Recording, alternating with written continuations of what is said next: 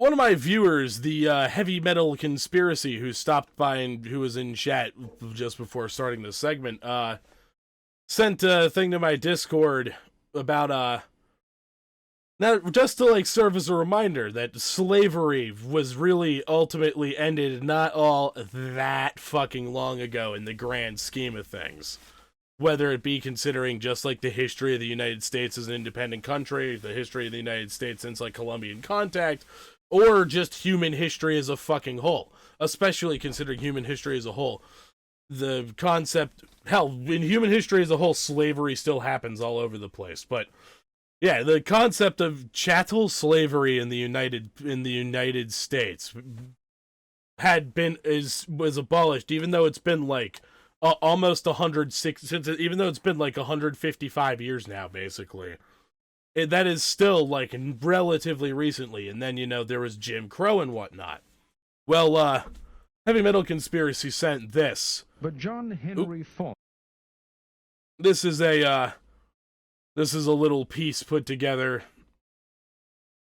This is a little piece put together by ABC News in 1999 about slavery as told by people who were slaves, and this was recorded in the 1940s. So we're going to watch this and listen to some comments on slavery from people who experienced the chattel slavery in the United States firsthand. May have experienced the most profound effect. He was a graduate student when he interviewed the former slaves, including the two women you hear in this broadcast. Himself interviewed just before he died in 1979, Falk was going on about how he believed in giving blacks the right to go to school, giving them the right to vote, giving them the right to go into anything they qualified for. And then he said he experienced an epiphany. I was sitting out on a wagon tongue with this old black man and was telling him what a different kind of white man I was. I remember him looking at me very sadly and kind of sweetly and condescending and said, "You know, you still got the disease, honey. I know you think you're cured, but you're not cured. You can't give me the right to be a human being. I'm born with that right. Now, you can keep me from having that. If you've got all the policemen and all the jobs on your side, you can deprive me of it. But you can't give it to me, because I was born with it just like you was." And my God, it had a profound effect on me. I was furious with him. But the more I reflected on it, the more profoundly it affected me. And I realized this was where it really was. Tell you the truth, when I think of it today, I don't know how I'm living. I remember that just as well look like to me, I can. Been slaves all our lives, and mother was a slave, and sister was a slave, father was a slave. They know nothing about reading and writing. All that I know, they teach you to mind your master and your missus. Mom and them didn't know where to go. You see, after she would go, just like he turned something out, didn't know where to go. They are haunting voices from the past. Yes. Not actors reading a script or scholars reading a text, but the actual voices of men and women, Americans, who were born in slavery. My name is Fountain Hughes. I was born in Charlottesville, Virginia. My grandfather belonged to Thomas Jefferson. My grandfather was 115 years old when he died. Jesus. And now I am 101 years old. First, Damn. you didn't have no beds when you were slaves. You want to sleep on the floor. Tied here, tied there. Just like a lot of wild people. We didn't know nothing. Didn't like to look at no book. Harriet Smith, remembering what she saw as a small girl during the final days of the Civil War. We stood on that picket fence all day long, seeing them soldiers going back to San Antonio and different places. Colored soldiers in droves. That's right along by our house. Our home is a two-story house, a white folks. These recorded memories were among thousands of interviews done with ex-slaves in the 1930s and 40s. Can you remember slavery days very well? Of course, I remember all our white folks. And these are some really, really important recordings. These are These are straight up. These are artifacts, basically. We need to make sure we can keep these preserved so that we can keep these artifacts. These testimony. This is testimony of the monstrosity committed in the name of enriching America's ruling class. All the names of them, all the children. Call every one of the children's names. Who did you belong to? Jim Button, the baby boy. The results of these digitally enhanced recordings are arresting, almost unbelievable. The idea... Yes. Yeah. Why the...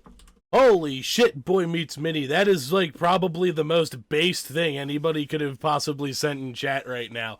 Why the fuck is this not standard history curriculum for us to be playing these recordings to kids in schools?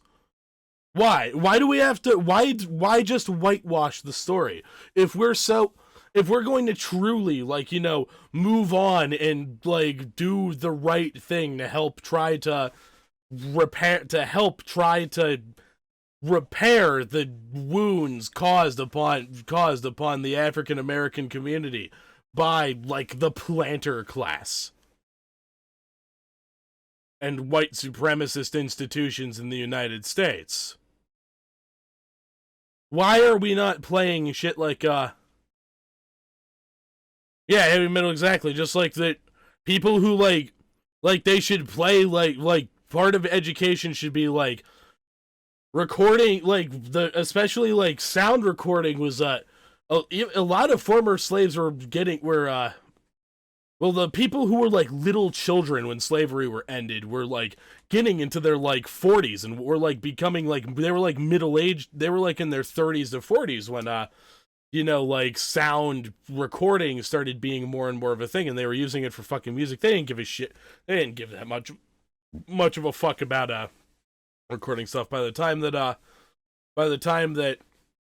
it started, like, being more readily available, like in the 40s when these recordings were made, God, there were probably barely any slaves left, especially any that, like, experienced it at all into, like, teenager or adulthood. Because even think about it. In 1940, somebody that was born right before the Civil War began would be 80 years old.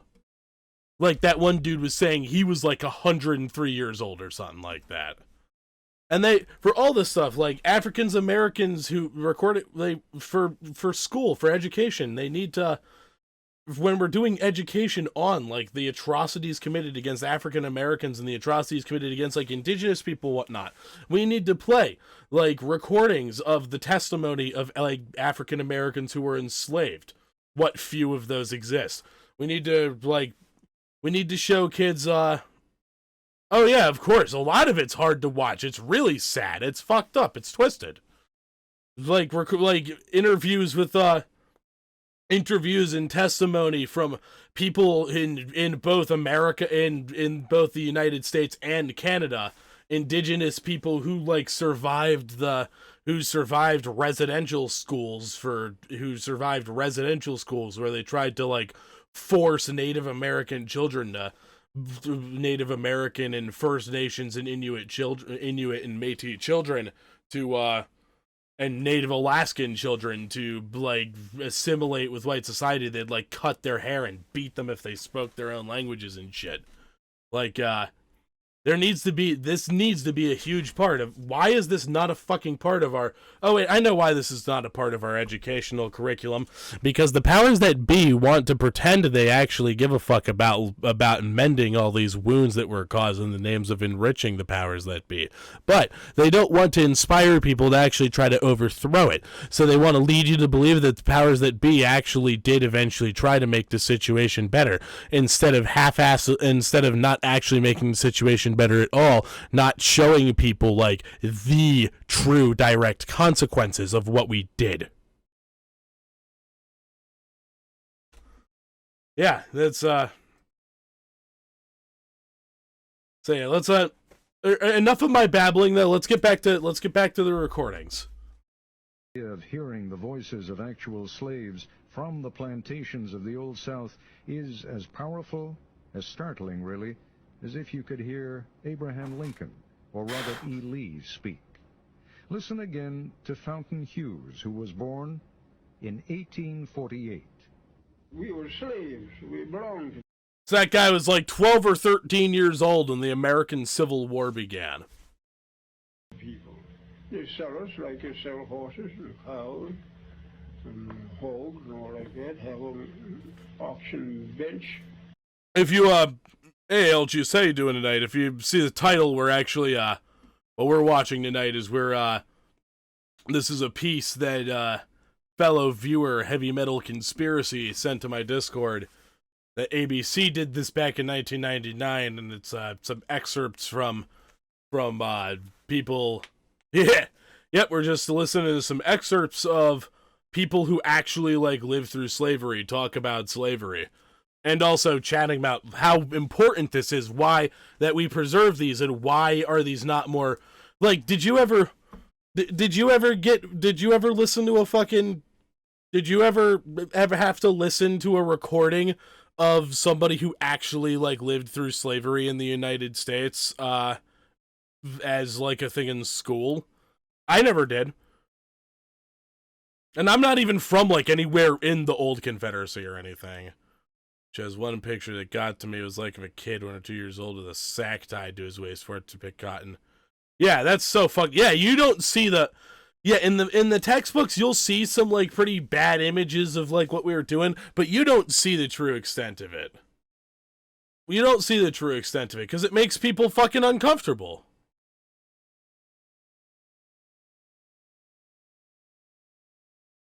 Jesus.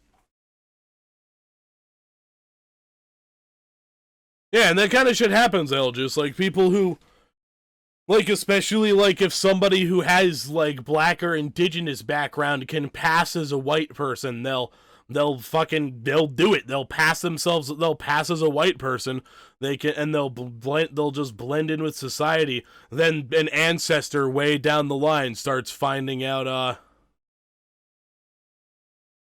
start finding out about, like, the actual, like, history of their family. And put you up on the bench and beat on you the same as... Sorry I had the pedal cam on. You know? Much of what these three former slaves say may at first seem unremarkable. Much of what they say may surprise and upset, and their calm demeanor is at odds with the evil and violence we associate with slavery. Here is 91-year-old Texan Laura Smalley talking in the 1940s about the outcome of a tussle between two women, one black, one white, one slave, oh really? One mistress. The mistress tried to slap the slave, but the black woman pushed her into a chair. Laura Smalley was a girl at the time, but she remembers vividly what happened to the black woman when the master came home. Well, they taken that old woman, poor old woman, carried in the peach orchard and whipped her. And, just tied her hand this way, around the peach orchard tree. I remember that just as well, looked like to me, I can, and round the tree and whipped her. And, well, she couldn't do nothing but just kick her feet, just kick her feet. But it just had her clothes off down to her waist, Just didn't have her plumb naked, but they had her clothes down to her waist. And every now and then they'd whip her, and then snuff the pipe out on her, snuff pipe out on her. The embers in the... Yeah, they don't really stress hard enough in school how this type of chattel slavery really fucking... This type of chattel slavery, it's based on the idea of treating a human being as a fucking object. Such as doing shit like just relentlessly beating the fucking person. Using them as a living ashtray.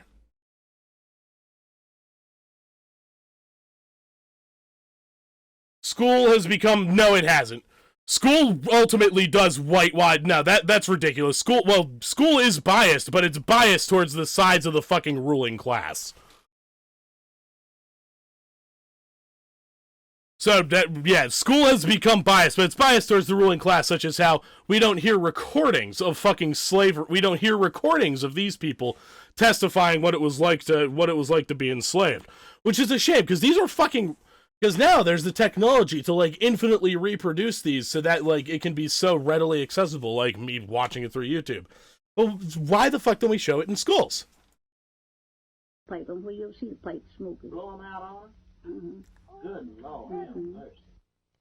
But this idea that the educational system like glosses over injustices committed on other people to that I've seen some people push this idea that school systems gloss over other people's misfortunes for the purpose of being like, oh, poor black people, they had it so fucking bad and everyone should kiss their ass, which I frequently find like super conservatives pushing. That I find that so fucking ridiculous, and I won't even entertain those fucking notions. It really blows my mind that conservatives like actually push that shit with a straight fucking face. Because really, the fucking schools leave the truth out about everybody, but especially the way in which slavery affected black people. Yeah, of course, Boy Meets Minnie. I'll definitely cut this out and upload it to my YouTube. I very much appreciate you hanging out. The plantation on which Smalley was a slave sounds brutal. She recalls scrambling with other children for food from a huge wooden tray, like a hog trough. All of them, would get around that tray with spoons and eat, something like mush or soup or something like that. And all them children get around there and just eat. Fountain Hughes tells his interviewer about the relentless round of work for him on a Virginia plantation. Night never comes out. You have nothing to do. Time to cut tobacco. If they want you to cut all night long out in the field, you cut. And if they want you to hang all night long, you hang tobacco. It didn't matter about your being tired, you're afraid to say you're tired. It was cotton, not tobacco, that solidified slavery, though. The invention of the cotton gin at the end of the 18th century made its processing easy, but the crop still needed enormous amounts of unskilled labor. Control of the slave and his labor through laws and regulations became paramount. Fountain Hughes talks about one of those controls, the pass system. Now, I couldn't go from here across the street, or I couldn't go to nobody's house without I have a note or something from my master. And if I had that pass, that was what we call a pass. If I had that pass, I could go wherever he sent me, and I'd have to be back, whoever he sent me to. Controlling the freedom of movement. And I'd bring that back, so to show how long. Even emancipation. Controlling the freedom of movement, not letting people like this idea that this person has to be in this specific place unless they have this fucking piece of paper from a person who legally owns them as a piece of property. To like be wherever they were supposed to go. That wasn't their like place of enslavement. Didn't truly free the slaves. Freedom freed slaves for more travail. The end of the Civil War found many cast adrift without skills and no place to go. And the Yankees who freed them weren't always seen as benevolent liberators. I remember when the Yankees come along and took all the good horses and of course. Took sold all the meat and flour and sugar and stuff out in the river and let it go down the river. And they know the people wouldn't have nothing to live on, but they done that. The ex-slaves left one hell for another, perhaps an even more dangerous one. No longer property, they didn't have the protections afforded property. When we were slaves, we couldn't do that, see? And if we got free, we didn't know nothing to do. And my mother, she hunted places and bound us out for $1 a month. But we didn't have no property, we didn't have no home. We had nowhere, nothing. We didn't have nothing on it, just like the cattle. We just turned out and get along the best you could. In Texas, the slaves weren't told they were free until 2 months after the war ended. Smalley remembers that her masters gave the slaves a dinner and then they were free. I don't hide the other side of the folks, freedom. We didn't know. They just thought, was just feeding us, Them didn't know where to go. You see, after freedom, though, just like he turned something out, didn't know where to go. That's just where they stayed. Didn't know where to go. Turn us out just like, you turn out cattle. In the narratives, the slaves used an interesting... Yep, the end of the Civil War, we kind of just said, hey, you're free now. Now go fuck yourselves. Go do whatever. Just don't, We still, and keep in mind, a lot of people, Abraham Lincoln didn't believe in equal rights for black people. He just opposed slavery. And he wasn't even, he was like a moderate Republican for the Civil War time period also, despite what transpired during the Civil War. He was a moderate Republican. Abraham Lincoln was like the compromise choice almost of the anti-slavery front. There were the radical Republicans who wanted like Thaddeus Stevens, who wanted slavery completely abolished immediately. And then Abraham Lincoln was more of his whole thing, the thing that he ran on, and the thing that's ultra ridiculous about why the Confederacy seceded, is he didn't even want to completely get rid of slavery immediately. All Abraham Lincoln wanted to do was prevent the expansion of the institution of slavery to territories of the United States that were going to be admitted as new states in the near future. And but then the Civil War ends, there was the Emancipation Proclamation, then eventually the 13th Amendment gets passed after Lincoln gets assassinated and whatnot, and ratified and officially added to the Constitution. Slavery is no longer legal. You heard it right from a person who experienced this themselves. The master gave slaves a meal and then was like, yep, you're free to go. I'm not allowed to keep you anymore. Yep, fuck off. Go away. You're not mine anymore. You get, and then they're just like, well, what the fuck? We have nowhere to go. We don't, literally our entire lives we've basically exist for the sole purpose of picking cotton to make money for this asshole living in the big house. And then they were just kind of left to whatever. And then Jim Crow happened because Reconstruction was so miserably mishandled. Anyways, I'm going to let this finish, and then I noticed in the recommendeds there was an unedited video. I think I want to play that too. Phrase for the end of slavery. Or an unedited whole interview with somebody. The break came. The Good break times, came. Easy times were not at hand. Yep. The trials for millions of black Americans didn't end in 1865. They continued. Laura Smalley and her family became sharecroppers. Harriet Smith's first husband was killed by whites during the Reconstruction, probably because of his political organizing. Fountain Hughes went north to Baltimore, yep, that happened to a lot of worked at people. numerous jobs, including hauling manure. Not an enviable job, but it was the job of a free man. That's right. Shut up, TurboTax. Yeah, boy, that's a thing that I feel like I'm gonna have to do a whole different video on. I feel like I'm gonna have to cover that all on its own. Fucking sharecropping. Sharecropping was especially fucking insidious. Sharecropping was really. Sharecropping was basically it was the I'm losing the words right now, but sharecropping was so predatory. It was almost we can't legally have slavery anymore, so we'll just trap them in this predatory contract that gives some semblance of freedom, but is still almost enslavement. Here, I'll just pull up a definition on Wikipedia real quick. I know that's not always the best source, but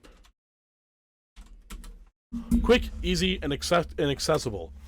Sharecropping is a legal arrangement with regard to agricultural land in which a landowner allows a tenant to use the land in return for a share of crops produced on that land. So, yeah, a lot of people who were ex-slaves ended up becoming sharecroppers, often on the same plantations they were living on. They were still in some sort of like weird like tenant-lord relationship with the fucking masters who used to outright own them. That really, of course, yeah, I guess you can say it isn't chattel slavery with chains anymore, but hell, does that not still seem like a really predatory arrangement? And of course, the fucking planters, who were ultimately supposed to be the losers in all this, would try to arrange this so that they could continue to be enriched on the backs of the people that they had fucked over and literally used as objects for their own enrichment. Now here it is, so the one slave that was in that interview, Fountain Hughes, they said towards the, after slavery was abolished, he eventually found his way north to Baltimore. A couple of videos of this guy, like full interview, former slave, to Thomas Jefferson, and one of a letter that a slave sent to his former master, roasting him and calling him out for treason. That's fucking awesome. Yeah, so there is an unedited interview here with the whole Fountain Hughes interview is available here unedited. It's a half hour long. Let's give it a watch.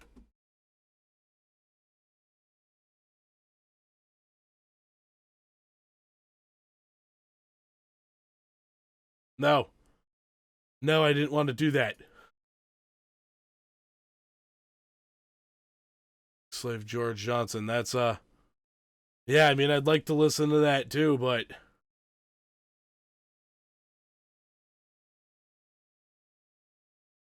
writing's not that.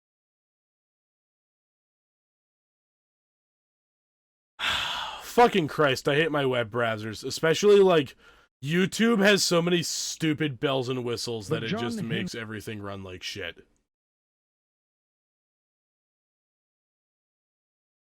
Dear road rivals. Dear blah blah blah.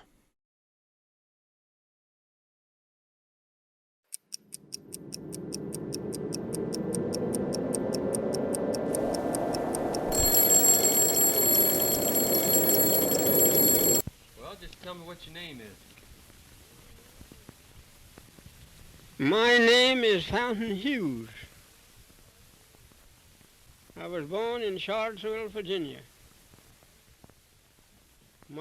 They had taken some excerpts of this for that previous piece we watched, but I think it's good. I think it'll be I would like to share the entire unedited thing with you real quick. Well, not real quick. It's a half hour long, but yeah, you get my point. Belonged to Thomas Jefferson. My grandfather was 115 years old when he died. He just said he's about to say the thing about his grandfather being 115 years old, and then and how he's like 100 something. I guess where they cut that was right after he had said my grandfather belonged to Thomas Jefferson. A human hearing a human being.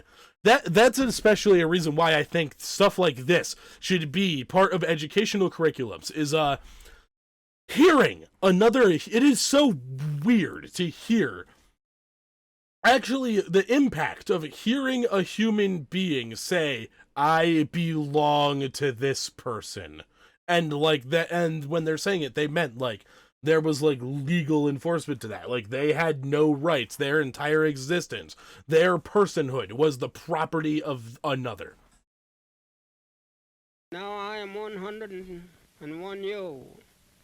That's enough. She used to work. But what she made, I don't know. I never asked her. You just go ahead and talk away there. You don't mind, do you, Uncle Fountain? Now, now your husband and you both are young. You all try to live like young people ought to live. Don't want everything somebody else has got. Whatever you get, it is yours. Be satisfied. And don't spend your money until you get it. So many people get in debt. Yep. Well, it was cheap, and I bought it You spend your money before you get it, because you're going in debt for what you want. When you want something, wait until you get the money and pay for it cash. That's what I've done. If I wanted anything, I waited until I got the money and I paid for it cash. I agree with this dude. I don't like, yeah, I've never had a credit card for the reason of, like, the idea of, like, taking on massive amounts of debt is just, like, the big no for me. Agreed. Bought nothing. A former slave of, I was gonna say, a video of a former slave of Thomas Jefferson. That would be like, holy fuck, how fucking old was that guy? Because Thomas Jefferson died in like 1820 or something like that. He died so fucking long ago. And, but still, yeah, Jefferson Davis, that's really important though, because, I'd be very interested to see that one, because I'd be very interested to watch that one, listen to those recordings, because Jefferson Davis was literally the president of the Confederate States. He was like the face of the movement to preserve that institution. One time in my life. Now, plenty of people, if they want a suit of clothes, they go to work and they buy them on time. Well, they said it was cheap. If you got the money, you can buy them cheaper. They want something for waiting on you for till you get ready to pay them. And if you got the money, you can go where you choose and buy it when you want it. You see, don't buy it because somebody else go down and run a debt and run a bill, or I'm going to run it too. Don't do that. Hell yeah, I appreciate it. Thank you. I never done it. Now I'm 100 years old and I don't owe nobody 5 cents. I ain't got no money either. I'm happy, just as happy as somebody that got a million. Nothing worries me. My head ain't even white. Nothing in the world worries me. I can sit here in this house till night. Nobody can come and say, Mr. Hughes, you owe me a quarter, you owe me a dollar, you owe me 5 cents. No, you can't. I don't owe you nothing. Why? I never made no bills in my life. And I'm living too. And I'm 100 years old. And if you take my advice today, you'll never make a bill. Of course, what you want, give me money, pay them cash. And then the rest of the money. It really pisses me off that whoever fucking uploaded this didn't bother to... Sleeping Giant wake up. Okay, I'm not,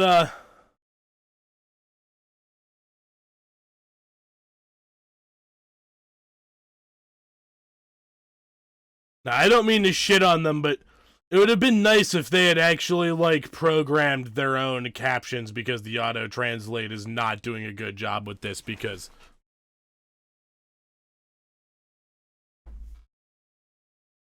This is not doing a good job of translating the dialect that... The dialect of English that slaves spoke. Money is human. But when you run the bill, well, so much and so much, and you don't have to pay nothing down. It's all, and when you come to pay, it's all, you have to pay no more. But they'll charge you more. They're getting something out of it, else they wouldn't trust you. But I can't just say what they're getting. But they're getting something out of it, else they wouldn't want your credit. Now, I tell you that. Anybody that trusts you for $2 or have the account with them by the month or by the week, store account or any account, they're getting something out of it. Else they don't want to accommodate you that much to trust you. Now, if I want, of course I ain't got no clothes, but if I want some clothes, if I ain't got no money, I'm going to wait till I get the money to buy them. Indeed I am. I'm not going to say, of course, I can get them on trust. I go down and get them. I got to pay $1 more anyhow. They'll either charge more if they said taxes or so much. But if I got the money to pay cash, I pay the taxes and all down in cash.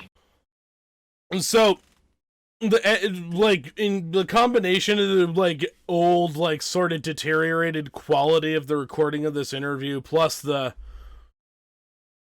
mixed with Fountain Hughes' very, very thick accent is making it a little bit hard for me to understand, but making it a little bit hard for me to understand, and then Google the auto translate, because people really don't speak quite like this anymore. Like, African American vernacular English has evolved significantly in the present day, and the specific obviously it preserves features of the way it presented itself back when slavery was in force and when people who lived through that were still alive, but it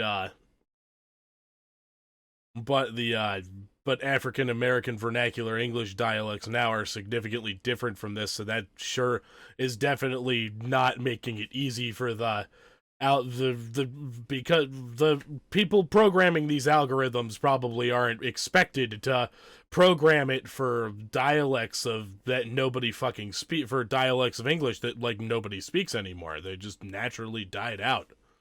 And I would like to be able to find some I'm actually gonna let me look it up real quick. Can I find some fucking captions of this?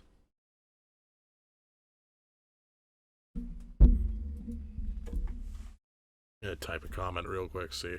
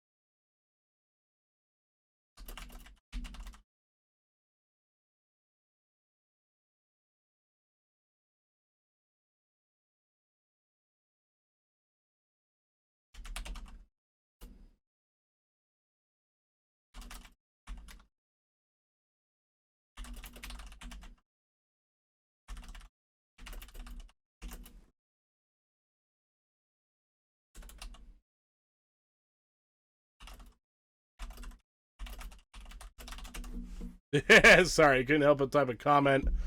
This stuff needs to be played in school for children. At the uploaders, can we potentially get actual captions programmed on the video if there's a transcript that exists? The combination of recording deterioration plus the fact that this is a dialect of English that has evolved significantly is making the auto-generated captions a little nonsensical at times. Thank you very much for uploading this. Boom.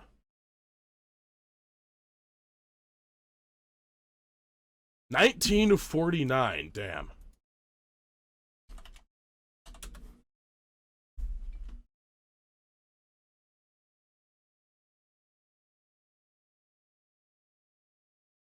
Here it is.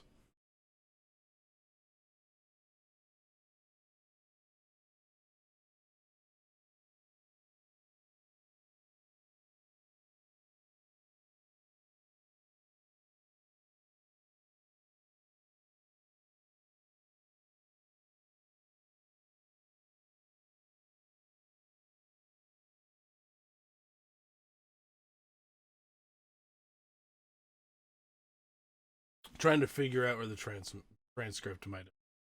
Trying to figure out. I have a transcript here. Trying to figure out where we'll.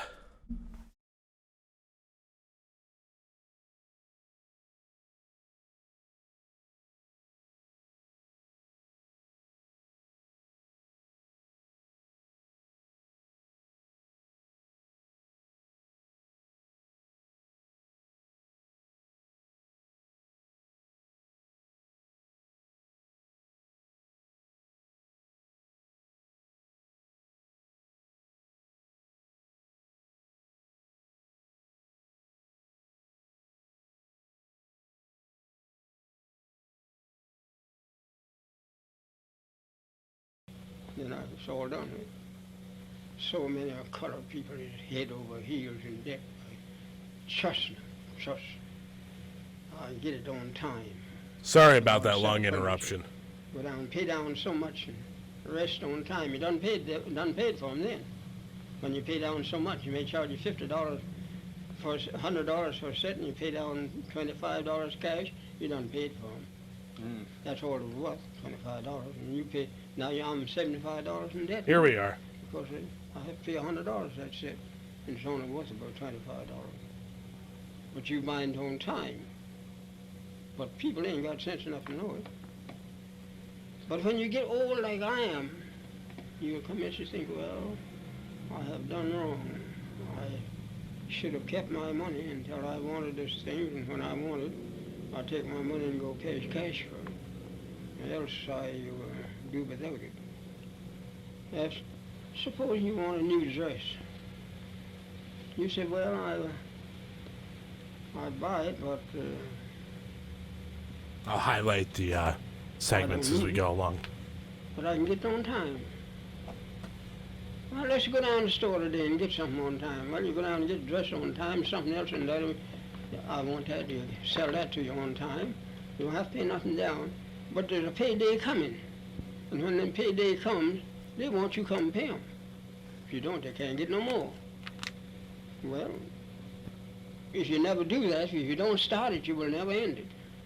I never did buy nothing on time. I must tell you, and this, I'm sitting right here now today, and if it's the last word I've got to tell you, I never even much as tried to buy a shirt on time. And plenty of people go to down to the store and buy $3 and $4 for a shirt, $7, $8 for a pair of pants. Of course, they get them on time. I don't know, no. I say, I buy something for $5. Of course, I got the $5. I'll pay for it. I'm done with that. You talk about how old you are, Uncle Fountain. Well, how far back do you remember? I remember. Well, I tell you, things come to me in spells, you know. I remember things more when I'm laying down than I do when I'm walking around. Mm-hmm. Now, in my boy days, well, boys live quite different. Yes, he's talking about buying stuff on credit. That's exactly what he means. Like getting low, like, yeah, going in debt over stuff. Different from the way they live now. But boys wasn't as mean as they are now either. Boys lived to, they had a good time, and the masters didn't treat them bad. Yep. And they was always satisfied. They never wore no shoes until they were 12 or 13 years old. And now people put on shoes on babies, you know, when they're month old. I don't know how old. Put shoes on babies. Just as soon as you see them out in the street, they got shoes on. I told a woman the other day, I said, I never had no shoes till I was 13 years old. She said, well, but you bruise your feet all up and stump your toes. I said, yes, many times I've stumped my toes and the blood run out of them.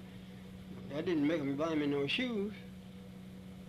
And I've been, you wore a dress like a woman till I was, I believe, 10, 12, 13 years old. So you wore.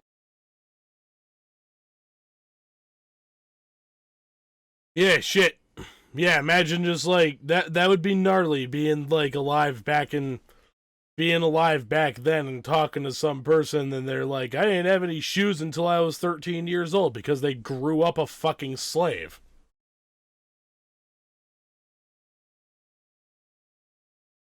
Wore a dress, Phil. Yes, I didn't wear no pants, and of course didn't make boys pants. Boys wore dresses. What? Now, this was something I don't think I ever learned in like school or anything. And again, another reason, like, why don't we play recordings like this in classrooms? No, the women's wearing the dresses, and the boys are going with the women's wearing the pants now, and the boys wearing the dresses. Still. Who did you work for, Uncle Fountain? Who did I work for? Yeah.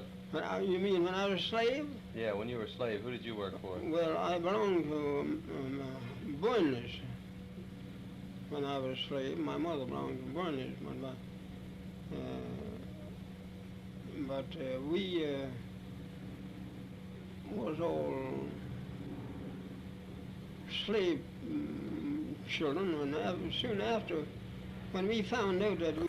Yeah, so, yeah, the guy interviewing him, he's asking, like, who did you work for when you were a slave? When you're a slave, you don't work for somebody. In chattel slavery, you don't work for somebody. You belong to that person.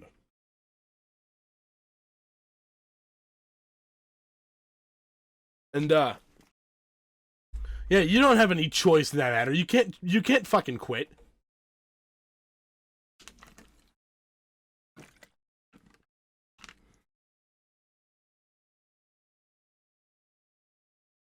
And you hear that, it's just the impact of hearing a person say, I belonged to this person, is just like, we need to be showing this to kids in schools.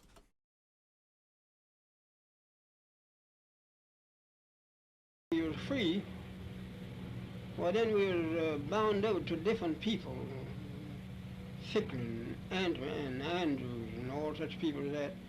And we'd run away and wouldn't stay with them, well then we'd just go and stay anywhere we could, live at night and anywhere. We had no home, you know. We just turned out like a lot of cattle. You know how to turn cattle out in the pasture? Well, after freedom, you know, colored people didn't They're just saying that in the ABC thing. have nothing. Colored people didn't have no beds when they were slaves. People slept on the floor. Pallet here, pallet there. Just like a lot of wild people. We didn't know nothing. Didn't like to look at no book. And there were some freeborn colored people where they had a little education, but there was very few of them where we was. And we all had a, what you call, I might call it now, a jail sentence. We just same as we were in jail. Now I couldn't go from here across the street. Or I Talking about the passes. House, that I have a note or something from my master. And if I had that pass, that was what we call a pass. If I had that pass, I could go wherever he sent me, and I'd have to be back. When whoever he sent me to, they'd give me another pass, and I'd bring that back, so to show how long I'd been gone. We couldn't go out and stay an hour or 2 hours or something like that. They send you. Now, say for instance, I go out to the Shirley's place, I'd have to walk, and I'd have to be back maybe in an hour. Maybe they'd give me an hour. I don't know just how long they'd give me. But they'd give me a note so there wouldn't nobody interfere with me and tell who I belonged to. And when I come back, why, I carry it to my master and give that to him. That'd be all right. But I couldn't just walk away like the people just now, you know. It was what they call, we were slaves. We belonged to people. They sell us like they sell horses and cows and hogs and all like that. Have an auction bench, and they put you up on the bench and bid on you, the same as you're bidding on cattle, you know. Was that in Charlotte that you were a slave? Was that in Charlotte or Charlottesville? That is in Charlottesville. Charlottesville, Virginia. They sell the women, sell the men. Oh, Warning, racist stuff, of course. And if you had any bad We're watching a video about the slavery. Nigger traders, what they call the nigger traders, and they ship them down south and sell them down south. But otherwise, if you were a good... That phrase, selling someone down the river, as a means of, like, as a euphemism for fucking basically dicking somebody over, like using them for your benefit. That's what this refers to. It refers to slavery. That's what it refers to. It refers to slavery. It refers to how they would just, it's literally an expression that refers to how they would just shit people down the river and auction them off somewhere. Good person, they wouldn't sell you. But if you were bad and mean, they didn't want to beat you and knock you around, they'd sell you to the what called a nigger trader. They'd have a sale every month, you know, at the courthouse. And then they'd sell you maybe $200, $100, $500. Were you ever sold from one person to another? Were you ever sold No, I never was sold. You always stayed with the same person. I was too young to sell. Oh, I see. See, I wasn't old enough during the war to sell, during the army. And my father got killed in the army, you know, so it left us small children just to live on whatever people choose to give us. I was bound out for $1 a month, and my mother used to collect the money. Children couldn't spend money when I come along. And, in fact, when I come along, young men couldn't spend no money until they was 21 years old. And then you're 21, well, then you could spend your money. But if you wasn't 21, you couldn't spend no money. I couldn't spend 10 cents if somebody gave it to me. Because they just think, well, he might have stole it. We all come along, you might say, we had to give an account of what you done. You couldn't just do things and walk off and say, I didn't do it. You'd have to give an account of it. Now, after we got free, then they turned us out like cattle. We didn't have nowhere to go. And we didn't have nobody to boss us. And we didn't know nothing. And there wasn't no school. And when they started, shit, I'm sorry about that. People that... Yeah, I do feel... Well, here's the even worst part about slaves and fighting for the South. Yeah, some were definitely forced to fight. Others were conned into it. There were a bunch of people, you know, people who were living in slavery. They're like, they were living, their entire perception of reality was being controlled by the people who owned them. That is why, the slave masters would preach verses from the Bible to the slaves and twist all the messages to basically be like, God intended you to be our servants. God intended it to be white man owns black man, for black man to enrich white man through doing the dirty work. Because black man is the lesser version of human, according to this bullshit. Of course, I don't fucking believe any of that shit. That would be awful. But this is and then because they literally controlled the entirety of the slaves' universe. They would just spew all sorts of lies about the North coming to destroy and ruin them, and they'd con their slaves into fighting on their behalf. The slaves, many of them go to school, except they had a father and a mother. And my father was dead, and my mother was living, but she had 3, 4 other little children. She had to put them all to work to help take care of the others. So we had what you call worse than dogs have got it now.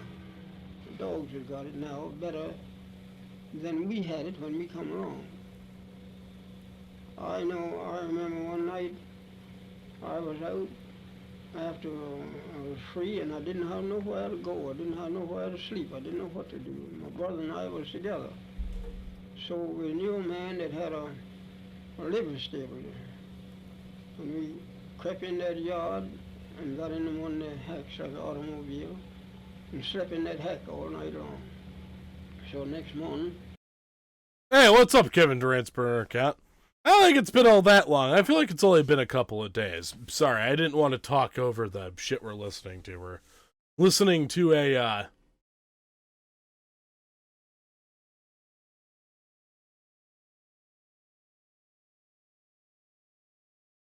Why am I losing the words to describe what we're listening to? I'm not that late yet. Jesus.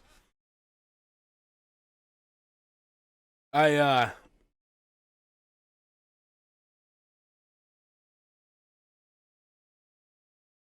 no worries. Yeah, we're just listening to a recording of a man named Fountain Hughes. and I am highlighting the pieces of the transcript to assist in people understanding what Fountain Hughes is saying. Fountain Hughes was a man who was born into slavery and then was interviewed, and his voice is actually recorded, and these are priceless historical artifacts now. Recordings of people who were born in slavery. We could get out and go where we belonged. But we were afraid to go at night because we didn't know where to go and didn't know what time to go. But we had got away from there and we were afraid to go back. So we kept slept in that thing all night until the next morning, and we got back where we belonged before the people got up.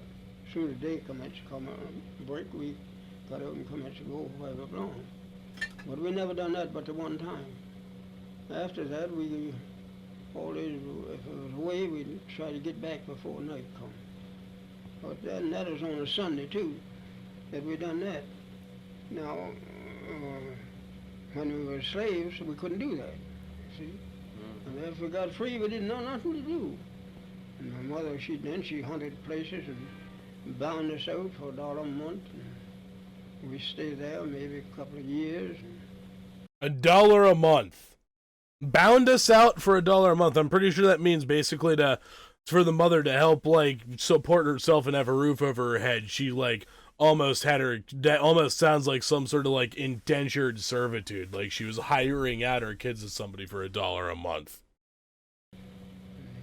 She'd come over and collect the money every month, and $1 was worth more then than $10 is now. And the men used to work for $10 a month, $120 a year, used to hire that way. Now you can't get a man for $50 a month. If you pay a man now $50 a month, you don't want to work for him. More like $50 a week nowadays. Well, that's just it exactly. They want $50 a week, and they ain't got no more now, and we had then, and we, no more money, but of course they bought more stuff, more property and all like that. We didn't have no property, we didn't have no home, we had nowhere, nothing, we didn't have nothing on it, just like the cattle, we just turned out and get along the best you could.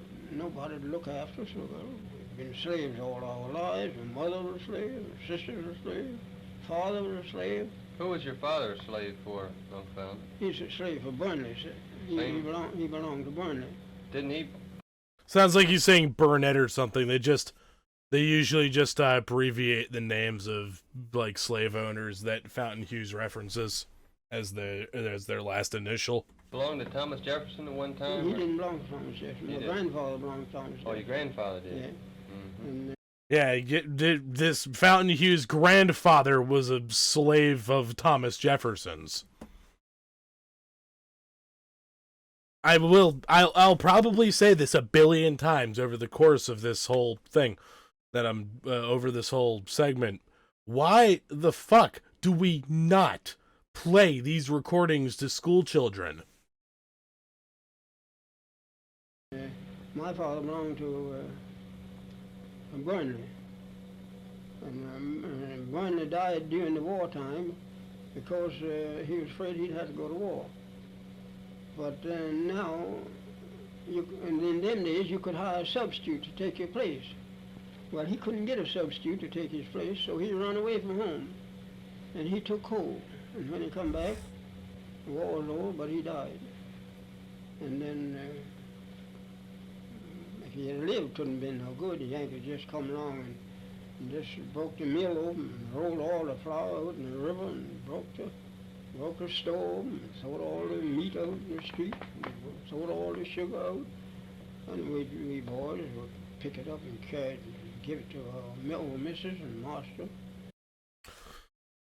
Yep, there we go. Yeah, there we go. Talking about how, the Union soldiers that came to supposedly liberate the slaves, they weren't always exactly heroes. They were going around ransacking the local grocery stores, and that's not going to do any fucking... Having all this food rotting in the fucking street isn't going to do dick balls to help the people you are supposedly trying to free. They were just, as he was saying, they were turned out like cattle. They were like, all right, yep, yeah, okay, go we came to help, we helped you, we freed you, go fuck yourselves. young masters until we come to be. Well, I don't know how. I don't know, to tell you the truth. When I think of it today, I don't know how I'm living.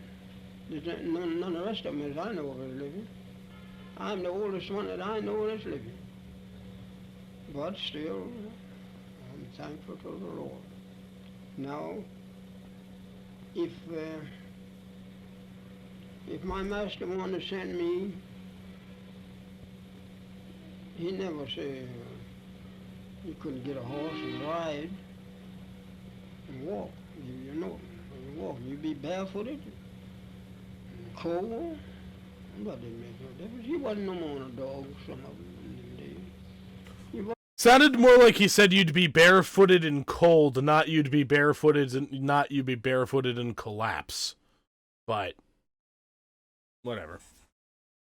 Wasn't treated as good as you treat dogs now.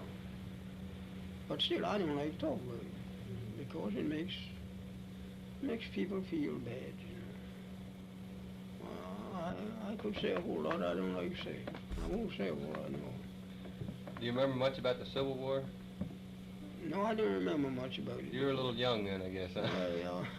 I remember when the Yankees come along and took all the good horses and took sold all the meat and flour and sugar and stuff out in the river and let it go down the river.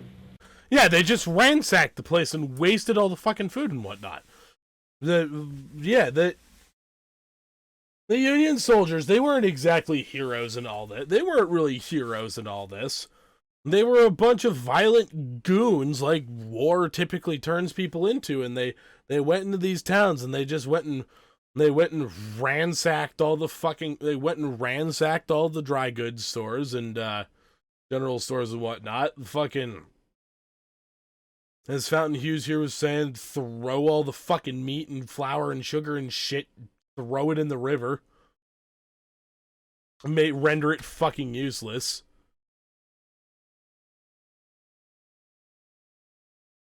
They knew that they were just dicking over innocent people, but they didn't fucking care. Because, you know, they were trained soldiers that a lot of them probably just wanted to kill people. A lot of them probably didn't really give a fuck about most of them probably didn't give a fuck about ending slavery. Pretty much all of them probably thought that, like, the people they were supposedly liberating were straight up subhuman compared to them.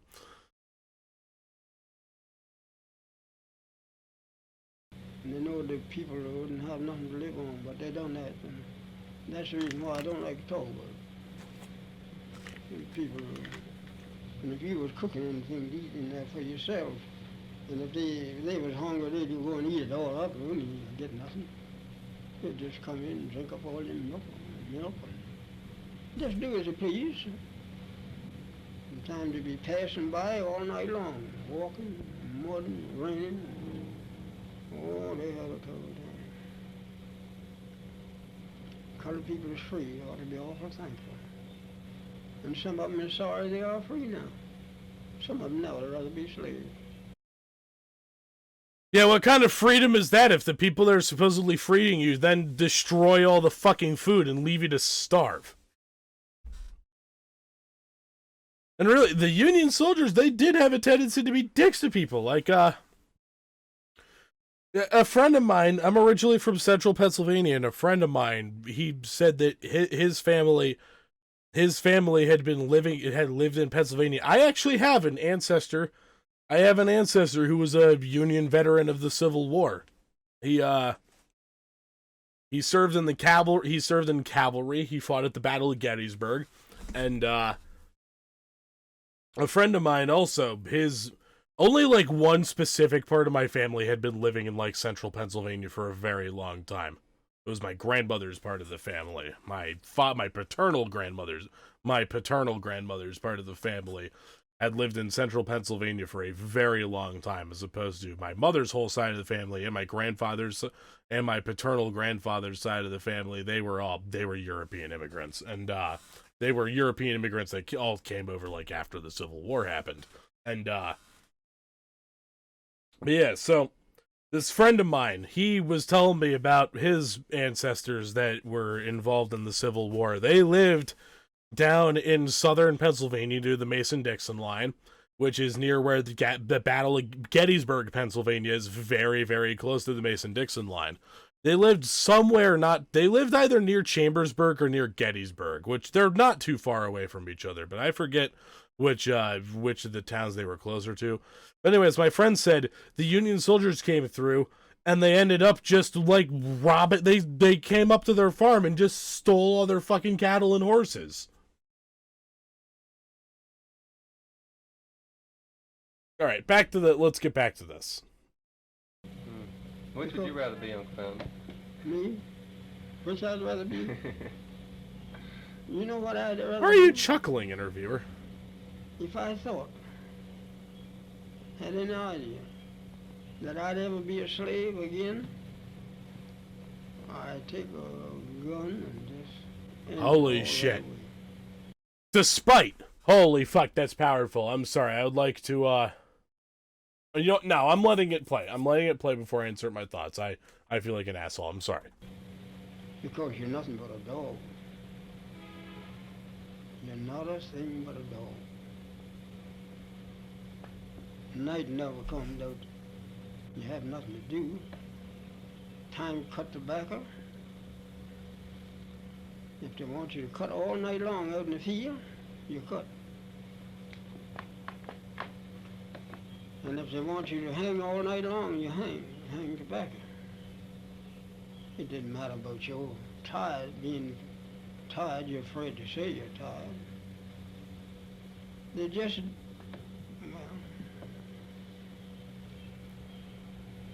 well... Yeah, holy shit, that's,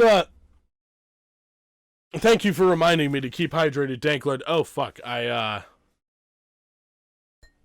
out of, water. Real quick, I'm actually going to go refill this.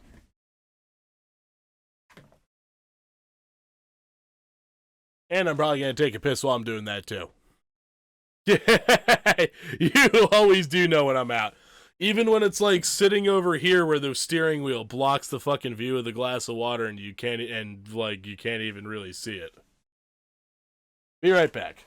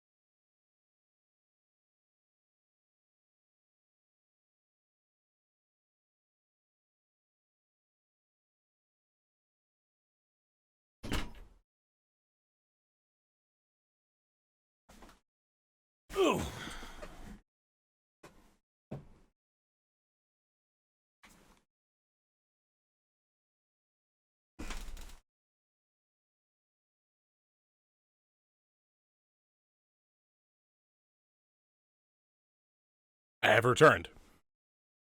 Cut here. It is especially powerful that,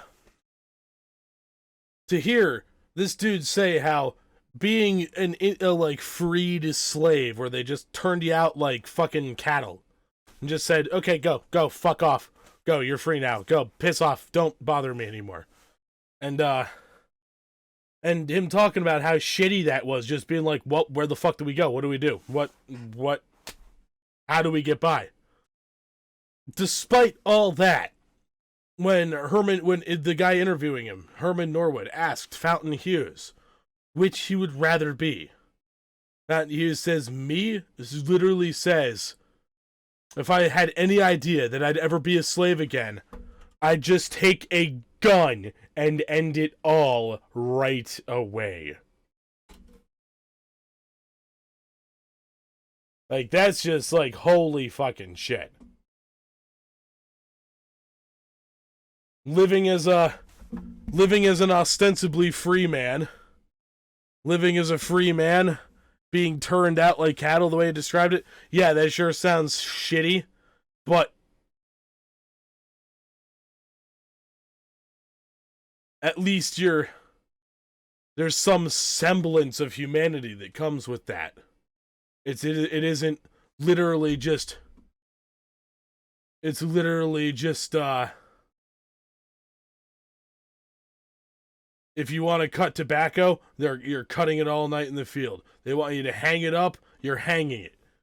Doesn't matter how fucking beat you are, how sick you are. You're an object to enrich a fucking rich douchebag that owns the land you live on. When did you come to Baltimore? You know when? You don't remember when Garfield died, do you? When they shot Garfield? No, I don't think you were born. I don't think I was. No. I don't remember what year that was myself now. But I know you wasn't born. Well, I come to Baltimore that year anyhow. If they're referring to the year,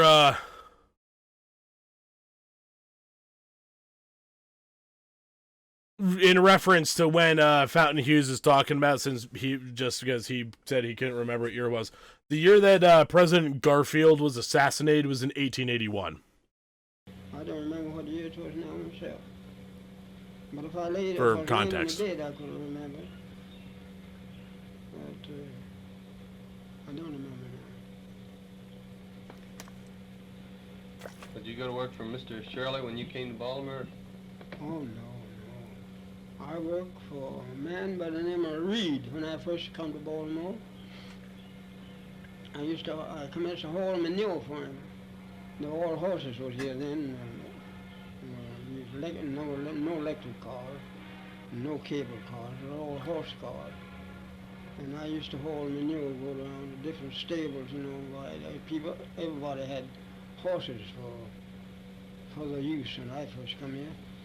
They had coachmen, men to drive them around, didn't have automobiles, they hadn't been here so long. And then they put on a cable car, what they call cable car. Well, they run them for a little while, maybe a couple of 3 years or 4 years. Then somebody invented the electric car, and that first one on North Avenue.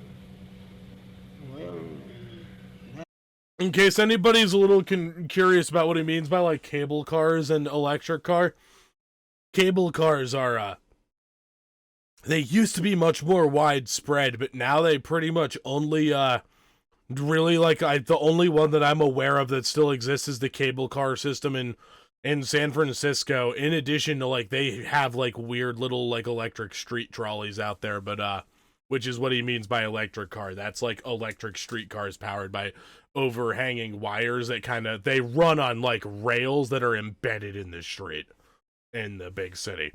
Those used to be a huge thing in America. Like, there's the Tennessee Williams play Streetcar Named Desire, but then there was, like, because they presented a competition for automobiles, the automobile industry basically was involved in this giant conspiracy to, like, destroy the streetcar industry. It's called the Great American Streetcar Scandal. Anyways, that's a topic for another time.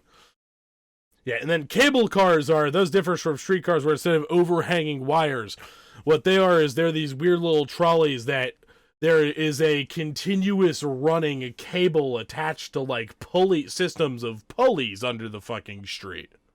And these cable cars, they go and stop by latching onto the pulley they latch onto the cable for propulsion, and then when they're gonna stop at a stop to pick up passengers, they unlatch themselves from the cable and put on the brakes, come to a stop, let the brakes go, latch themselves to the cable again. And again, those type of like underground cable pulley driven cable car systems for public transportation, those are, I think, the only one that still exists, at least in the United States, is in San Francisco, the city still runs them as like a touristy thing. Had to run a while and kept on inventing until they got them all different kinds of cars involved. There was horse cars. There wasn't no electric cars at all. There wasn't no big cars like you got now, you know. I just can't think of what year it was. But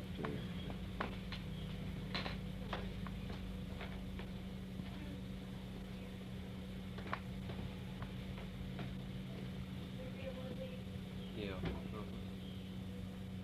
You're not getting tired, are you, young fella? No, I ain't. I'm just same as at home. It's like I was settling in the house. And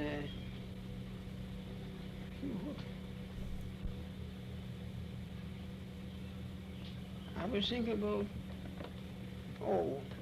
now you know how we served the Lord when I come along, a boy? How was that? We would go to somebody's house, and, well, we didn't have no house like we got now, you know. We had these, what they call log cabins. And they have maybe one old colored man would be there, maybe he'd be as old as I am, and he'd be the preacher. Not as old as I am now, but he'd be the preacher, and they'd all sit down and listen to him talk about the Lord. Well, he'd say, well, I wonder, sometimes he'd say, I wonder if we'll ever be free. Well, some of them would say, well, we're going to ask the Lord to free us. So he'd say, well, we're going to sing. Wonder shall I ever reach heaven? I wonder shall I fly? And they would sing that for about an hour. Then the next one they'd get up and say, let's sing a song. We're going to live on milk and honey. Way by and by. I can hear them singing now, but I can't repeat it like I could in them days. But someday when I'm not hoarse, I could tell you, I could sing it for you, but I'm too hoarse now. And then he would sing, I'm gonna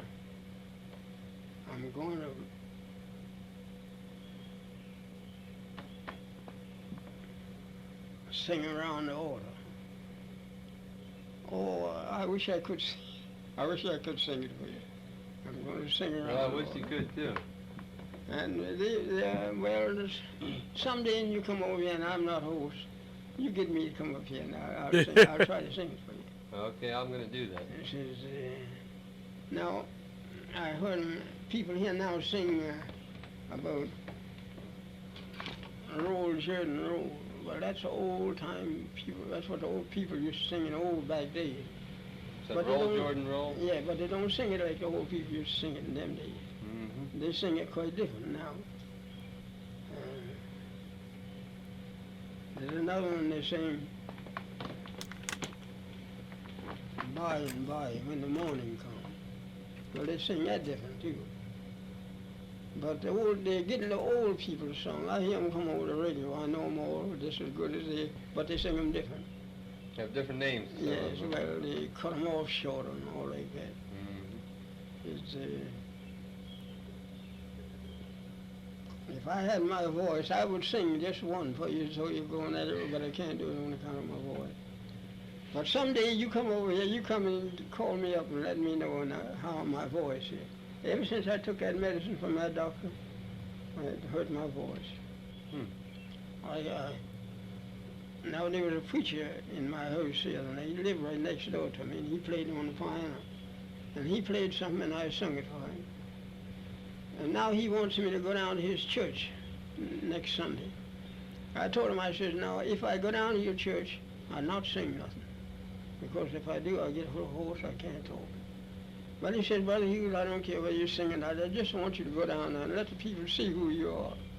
Let them see what the old people is. I said, well, I'll be glad to go down with you. So next Sunday, I'm going down to his church if I leave and nothing happens. But if he sings something old, I'll just sing along with it. I feel the spirit now, but I can't. I got to keep quiet. Now, do you ever hear this fellow that comes over the radio? I think they call him Holmes. Comes over Sunday night about 12 o'clock on WFBR. You never I don't know if I've ever heard him or not. Well, you turn him on. He comes on 11:15 on Sunday night. Well, you must have heard him because he says, you can't keep a good man down. So he makes so much noise, look like everybody ought to hear him. But now when that fellow comes on, I'm laying in the bed. Don't you know, I get just so I got to be in that because it's all old-time business. Mm-hmm. And somebody don't like it. They says, I don't like Holmes. I says, why? Oh, he says it makes too much noise. I said, well, the Bible said make a noise over Jesus. Jesus said make a noise over me, so he makes a noise over me. And I does enjoy it, certainly, sure. Oh, everybody, and he's got a big crowd, and we just get so happy. I got to do that, too. Boy, when you feel the grace of God, you got to jump up. I lay in bed, I got to get up, help carry on. And then next morning, I can't talk. Doctor gave me that medicine, it just tore me all to pieces. Mm-hmm. I sure hope it comes back again, because I'd like Wonder why the recording went so quiet there. I wonder if I shall ever reach heaven, or wonder shall I fly.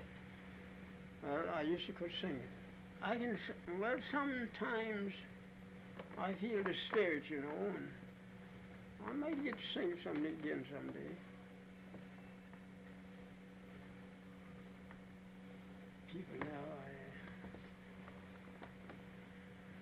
Do you go to church every Sunday, Uncle Fan? Don't go to church at all. I listen to the radio. Listen to it on the radio, huh? Because I'll tell you why I don't go to church. You rather not have this on? You rather not tell me, or you rather not have this on when you tell me? It don't make a difference. I ain't gonna say nothing wrong. I ain't gonna say something. If I think.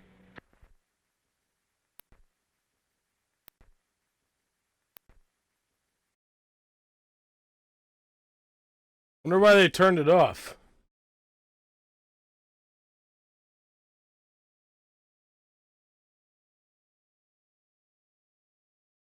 Wonder why they cut the recording, but yeah. These are that was a powerful recording, and that was a powerful recording. That was definitely some powerful shit to hear somebody who actually lived through slavery talk about what it was like being a slave, what it was like, living through like the Civil War, getting just, turned loose, just like, hey, fuck off now, you're free. Yep, fuck off now, but also kiss our asses and lick our balls. Don't whine and bitch about the like other extremely racist treatment we're gonna subject you to. But then especially the whole part about, yeah, I said if I had any idea that I was gonna be a slave again, I'd just take a fucking gun and end it all. As shitty as those initial days of freedom were, Fountain Hughes would take that over being enslaved again. This is the kind of shit. If we actually want to make real progress towards mending the wounds caused by chattel slavery in the United States. And then the racial discrimination, like of Jim Crow, and then even the more subtle discrimination targeting black people after Jim Crow ended.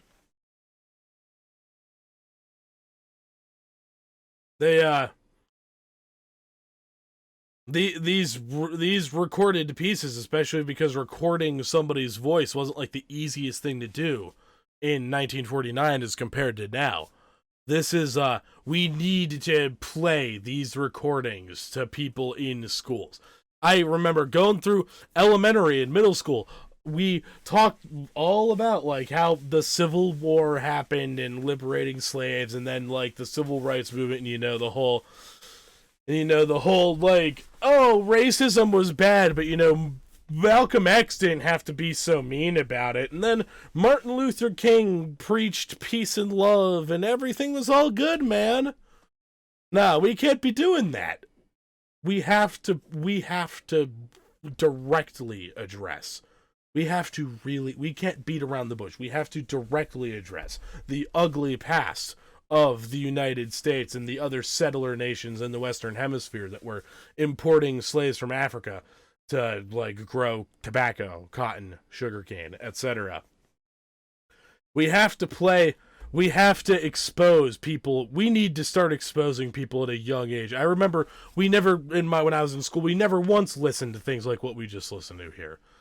If we are to really start making progress with regards to true, like, social equality for people of all racial backgrounds, we need to start from the bottom up in the form of, we need to start teaching kids better about the actual realities. We need to stop sugarcoating things like slavery, how it ended, the plight of the people who had been just freed from slavery, and then the plight of black people during the Civil Rights Movement.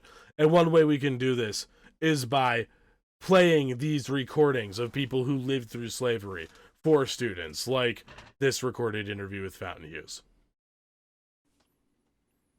Thank you very much for tuning in. I greatly appreciate it. If you enjoyed this, then you might enjoy one of my live broadcasts over at twitch.tv/BeerBashJohnson. And if you would really like to support the channel, go on over to my Patreon at patreon.com/BeerBashJohnson. Both of those links are in the description below this video. And I wish you a wonderful day.